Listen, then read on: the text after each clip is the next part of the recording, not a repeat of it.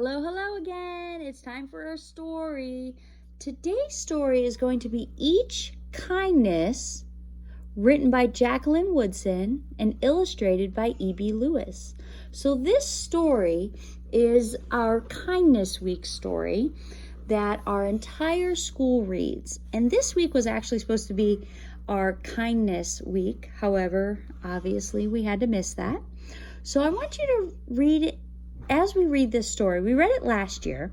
As we read this story, I want you to try and think of a time that maybe someone made you feel left out, or think of a time you helped somebody who was feeling left out. And have your mom or dad comment on our Blooms post about that. Tell me about it. Here we go. Each Kindness. Title page. That winter snow fell on everything, turning the world a brilliant white.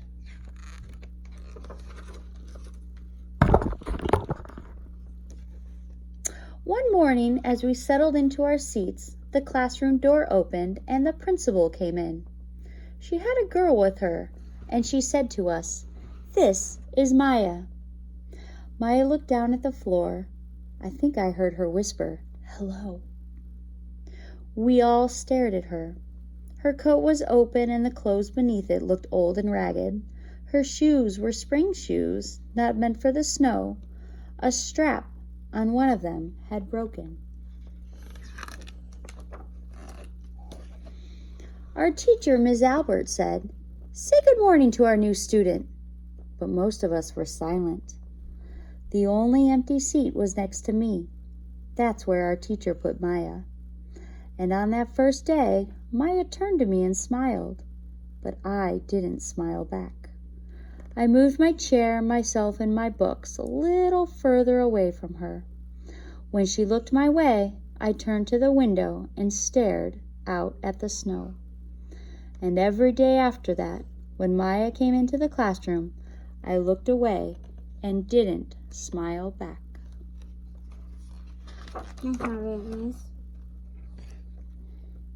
My best friends that year were Kendra and Sophie. At lunchtime, we walked around the schoolyard, our fingers laced together, whispering secrets into each other's ears.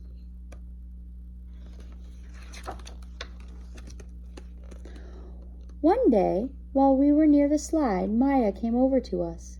She held open her hand to show us the shiny jacks and tiny red ball she'd gotten for her birthday. It was a high bouncer, she said, but none of us wanted to play, so Maya played the game by herself.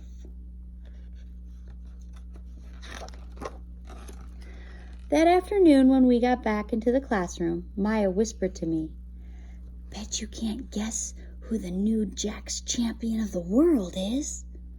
Behind me, Andrew whispered, "Chloe's got a new friend. Chloe's got a new friend." "She's not my friend," I whispered back. The weeks passed. Every day we whispered about Maya, laughing at her clothes, her shoes, the strange food she brought for lunch. Some days Maya held out her hand to show us what she had brought to school. A deck of cards, pickup sticks, a small tattered doll. Whenever she asked us to play, we said no. The days grew warmer and warmer. The pond thawed. Grass began growing where snow had once been. One day, Maya came to school wearing a pretty dress and fancy shoes. But the shoes and the dress looked like they belonged to another girl before Maya. "I have a new name for her," Kendra whispered. "Never knew. Everything she has come from a second-hand store." We all laughed. Maya stood by the fence. She was holding a jump rope, but did not come over to ask us if we wanted to play. After a while, she folded it double, rolled the ends around each hand, and started jumping. She jumped around the whole schoolyard without stopping. She didn't look up once, just jumped and jumped and jumped. The next day, Maya's seat was empty. In class that morning, we were talking about kindness. Ms. Albert had brought a big bowl into class and filled it with water. We all gathered around her desk and watched her drop a small stone into it. Tiny waves rippled out away from the stone. "This is what kindness does," Miss Albert said.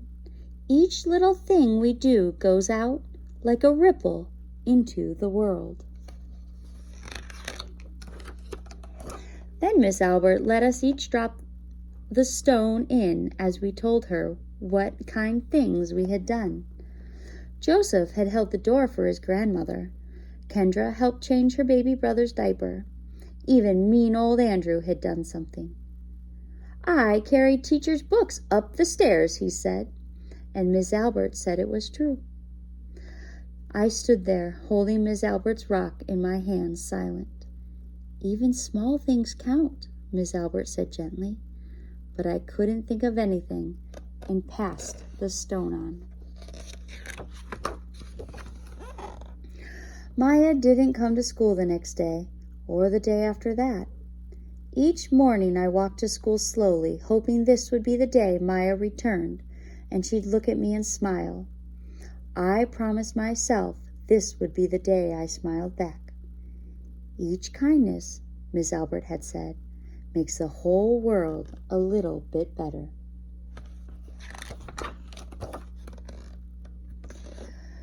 But Maya's seat remained empty, and one day Miss Albert announced to the class that Maya wouldn't be coming back. "Her family had to move away," Miss Albert said. Then she told us to take out our notebooks. It was time for spelling. That afternoon I walked home alone. When I reached the pond, my throat filled with all the things I wish I would have said to Maya. Each kindness I had never shown. I threw small stones into it over and over, watching the way the water rippled out and away, out and away.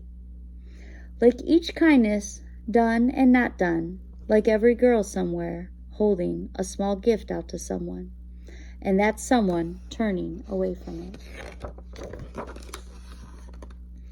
I watched the water ripple as the sun set through the maples, and the chance of a kindness with Maya became more and more forever gone. So you see, boys and girls, when we do something small for another person, it may be the only chance we get to do it, but it may be something very important that helps that other person. I know that last week, when I couldn't be there on Thursday and Friday, I didn't get to say goodbye to you guys on Friday, and that really disappointed me. So please, take a chance and be kind to somebody else. You never know when it might just be the thing that makes their day. After you get a chance to do something kind for another person, think about a rock. Find a little stone, throw it in a puddle and watch it ripple, and think about how it made that person feel and how maybe they will make another person feel good because you did it for them.